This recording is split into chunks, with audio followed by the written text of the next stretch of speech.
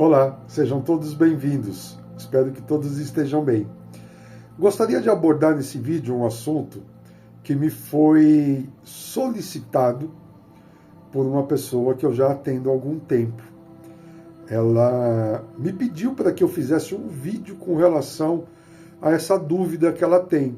E como a dúvida que ela tem pode ser a dúvida de qualquer outra pessoa, né, principalmente você que já me segue há algum tempo, eu resolvi gravar esse vídeo tentando esclarecer essa questão. E a pergunta que ela me fez: Cláudio, por que existem pessoas, né, que fazem trabalhos energéticos contra outras pessoas? E qual é a situação, né, que essa pessoa possa vir a enfrentar no futuro tendo esse tipo de atitude? Eu acho que ficou claro, né, a questão da dúvida dela. Primeiro, porque existem pessoas que fazem. E segundo, qual o efeito disso no futuro para essa pessoa que está fazendo esses trabalhos energéticos? Não é verdade? E aí eu gostaria de esclarecer isso para todos vocês. O que acontece, gente? Nós estamos todos num planeta, né, de expiação e prova, né? Então, ninguém está aqui de férias, ninguém está aqui porque é inocente. Todos nós temos débitos karmáticos, todos nós temos uma depuração espiritual a ser realizada. Vamos tomar o exemplo, né, de que o nosso corpo físico é um veículo e que dentro dele está inserido um espírito. E esse espírito tem uma alma, enfim. E aí existem algumas situações que futuramente a gente vai entrar e vai abordar com mais propriedade, tá bom? Mas é aquela coisa, para que todos entendam de uma forma um pouco mais simples. Nosso corpo é um veículo. O espírito é a essência. O espírito, ele não tem nenhuma condição de necessidade. O nosso veículo, sim, é como o nosso carro, que tem um motorista, que ali dentro é o que está no comando daquele carro, ok? Eu acho que esse exemplo fica um pouquinho melhor. E aí o que acontece? O carro tem certas necessidades que nós precisamos, né, cuidar para que ele se mantenha sempre íntegro. É cuidar, né, da carroceria, colocar combustível, fazer manutenções, fazer a mecânica. Então, transportando esse exemplo para o nosso corpo físico, o nosso corpo físico é igual a um automóvel que tem necessidades, tem cuidados que devemos ter para que esse veículo se mantenha íntegro, tá bom?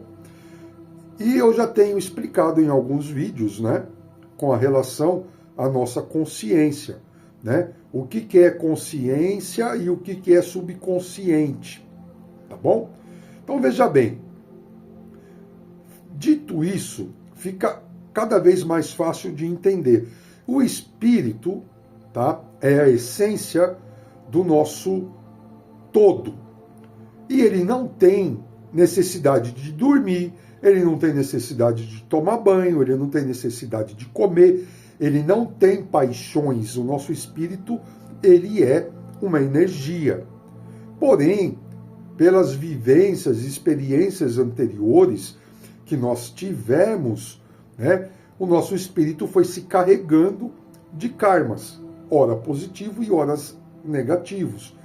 Toda a nossa essência, toda a nossa experiência espiritual é registrado no plano espiritual numa biblioteca que é chamada akáshica, ok? São livros akáshicos, são registros akáshicos, são escritos em uma espécie de livro, e ali fica tudo contido, todas as nossas ações, ok? Querendo ou não, todos nós temos. Tá? Já até alguns filmes ou desenhos já exemplificaram, né? Já tentaram mostrar isso de uma forma bastante lúdica. Né? Desenho, Pica-Pau tomou lá um regaço, morreu, aí todo mundo vê o espíritozinho subindo, aí ele chega no céu, aí tem um portão celestial, e antes do portão tem um púlpito e tem um ser divino ali, que quando ele chega próximo abre um livro e começa a ler tudo o que ele fez. Só para entender, né? Dando esse exemplo, aquele livro é o registro acástico, onde tudo é anotado e tudo verificado. Muito bem. Então o que acontece? O nosso espírito não tem, a não ser, né, essa bagagem já inserida no próprio espírito das experiências e do conhecimento. O nosso corpo físico é a parte que mais dá trabalho para o espírito, por incrível que pareça. Porque o nosso corpo físico ele tem uma série de demandas, tem uma série de necessidades que o próprio espírito não tem. Tanto é que nós dormimos e ali naquele momento é onde o nosso espírito se desprende, né? E vai atrás de conhecimento, vai atrás de uma série de situações e condições. E está tudo certo. Muitas pessoas já experienciaram, né, viagens astrais. Isso porque o nosso corpo espiritual é o que faz essas viagens, enquanto o corpo físico necessita daquele descanso, daquele repouso para carregar as baterias, para que no outro dia esteja tudo perfeito. Então, percebam que as necessidades da carne está no corpo físico. Tá bom? Então, o nosso corpo é que sente frio, calor, as paixões, os amores, né? Tem toda essa situação, essa ebulição, né? A que convive em relacionamento, né, mais físico. Então, a questão toda é muito mais profunda, mas eu estou tentando simplificar para vocês. E aí o que acontece? Essas paixões são as que nos movem nesse planeta, porque estamos num planeta, né, físico, encarnados, vivenciando, experimentando e aproveitando essa oportunidade para que a gente possa evoluir. Porém, existem pessoas e pessoas nesse planeta, não é verdade? Existem pessoas extremamente íntegras, honestas, corretas e com uma moral ilibada. Em compensação, nós temos no nosso meio pessoas que não pensam e não agem dessa maneira e dessa forma. E as paixões e as necessidades do físico são maiores do que a da parte espiritual. E aí é onde as pessoas, não alcançando os seus objetivos, as suas paixões e os seus desejos, buscam de maneira errada, por meios errados, de realizarem os seus propósitos. E aí procuram, tá? Eu não gostaria de citar, mas a gente vai citar, não tem como não fazê-lo. Procuram centros de Umbanda, centros de Quimbanda, de Candomblé, centros espíritas ou pessoas que se dizem médiums, né? E que podem realizar certos trabalhos de magia, de bruxaria, de magia negra. E nós sabemos que existem pessoas dispostas a fazer qualquer coisa pelo dinheiro. Tá bom? Eu, particularmente, já vi muitas coisas desse nível acontecendo. E aí a pessoa busca, tá, um local desse ou uma pessoa dessa com o intuito de, por exemplo, de prejudicar uma pessoa porque aquela pessoa ela tem prosperidade, ela tem felicidade, e ela não quer ver aquela pessoa daquela maneira. É só um exemplo simples. Ou ela quer o cargo daquela pessoa na empresa, e aquela pessoa é um obstáculo, porque aquela pessoa é correta, é trabalhadora, é honesta, e ela quer o cargo e ela não alcança aquilo que ela quer porque existe aquele obstáculo. E aí essa pessoa vai buscar dentro desses locais ou pessoas que realizem esse tipo de trabalho para que ela possa, né, alcançar esse objetivo.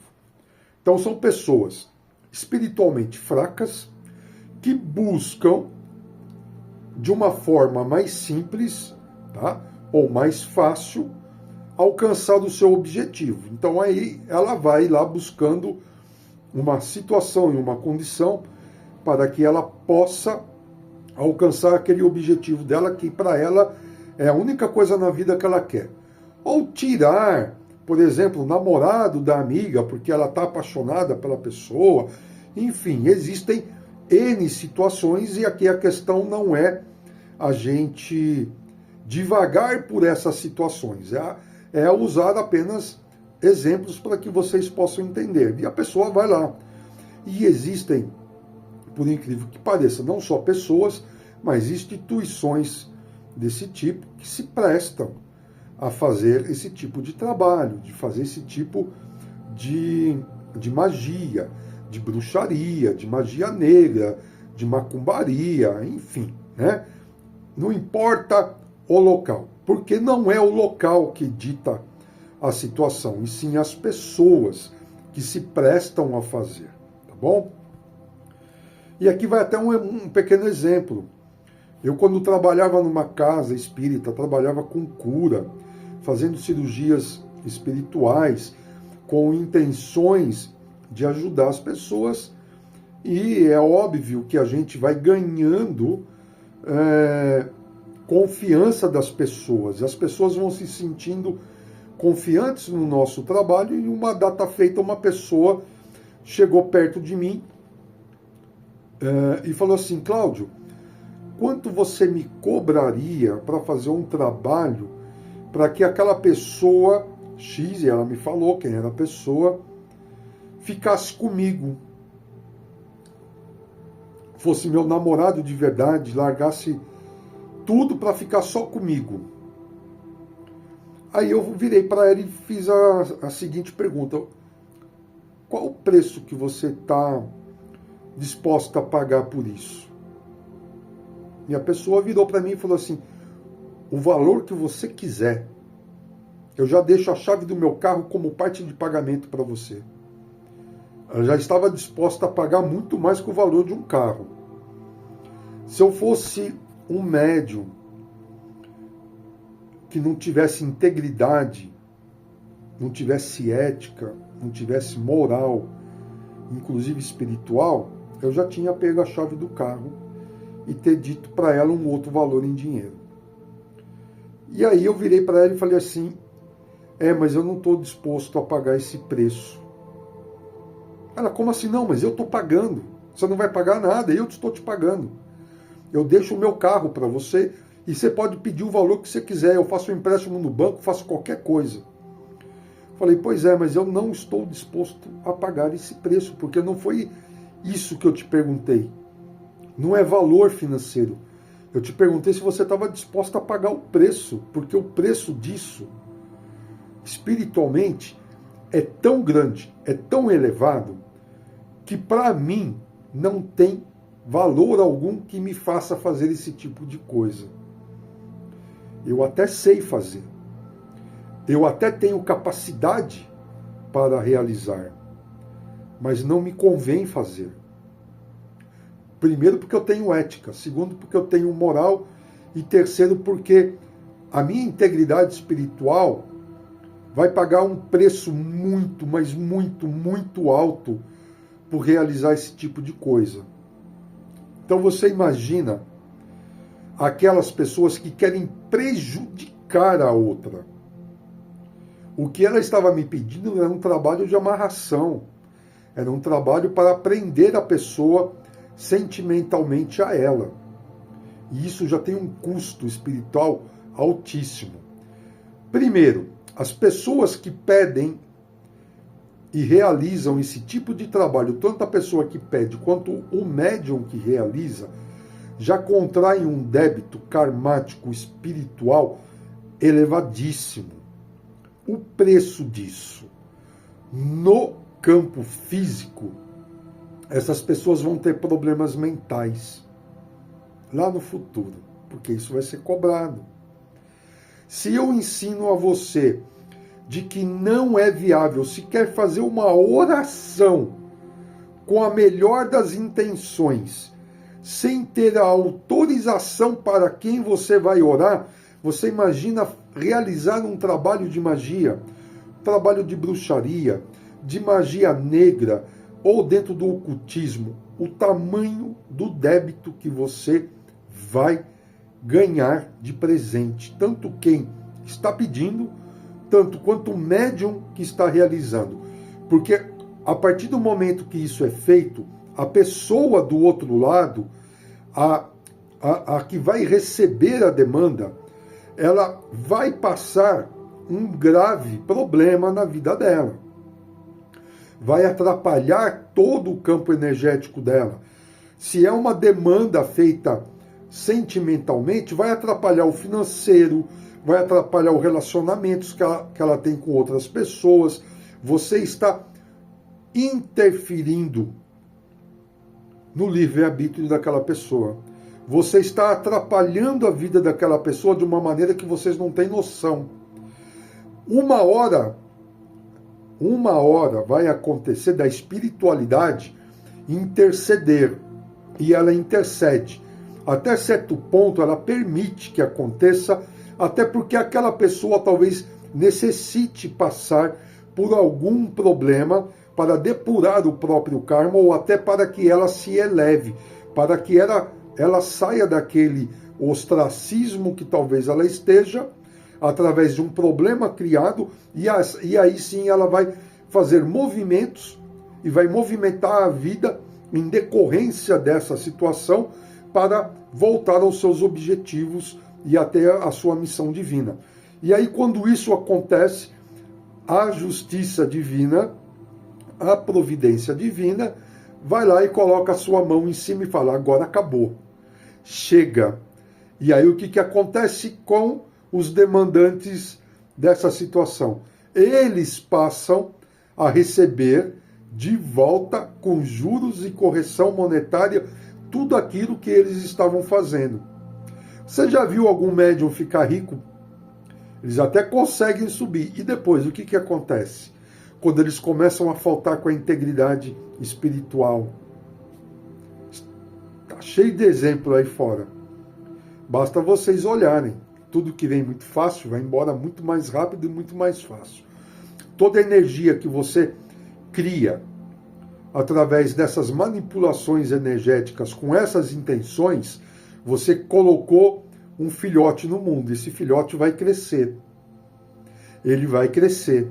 Ele vai crescer. E ele vai voltar para você. Deu para entender como é que isso funciona?